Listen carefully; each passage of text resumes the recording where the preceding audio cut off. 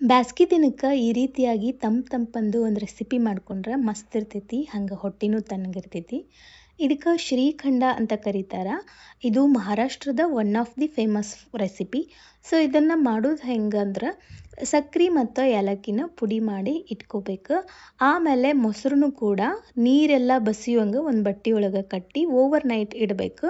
ಆಮೇಲೆ ಅದು ಈ ರೀತಿಯಾಗಿ ಆಗಿರತ್ತ, ನೀರೆಲ್ಲ ಬಸಿದು ಗಟ್ಟಿಯಾಗಿ ಪನ್ನೀರ್ ಟೈಪ್ ಆಗಿರತ್ತ.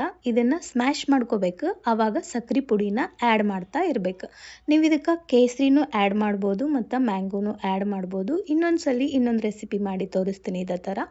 ಮತ್ತು ಇದಕ್ಕೆ ಮಿಡಲ್ ಸ್ವಲ್ಪ ಹಾಲು ಸಕ್ರೆನ ಮಿಕ್ಸ್ ಮಾಡಬೇಕು. ಹಾಲನ್ನ ಒಂದೊಂದು ಸ್ಪೂನ್ ಮಿಡಲಲ್ಲಿ ಅದು ಗಟ್ಟಿ ಇರುತ್ತಲ್ಲ, ಅದು ಸ್ವಲ್ಪ ಅಳ್ಳಕ್ಕಾಗೋಕ್ಕೋಸ್ಕರ ಅಷ್ಟು ಒಂದೊಂದು ಸ್ಪೂನ್ ಹಾಕಬೇಕು. ಆಮೇಲೆ ಒಂದು ಪಿಂಗಾಣಿ ಭರಣಿ ಒಳಗೆ ಹಾಕಿ ಇದನ್ನು ಗೋಡಂಬಿನ ಪುಡಿ ಮಾಡಿದ್ವು ಹಾಕಿಟ್ರೆ ಮಸ್ತ್ ರೆಸಿಪಿ ರೆಡಿ ಆಕ್ಕೈತಿ. ಮಾಡಿ ನೋಡ್ರಿ, ಮಜಾ ಮಾಡ್ರಿ.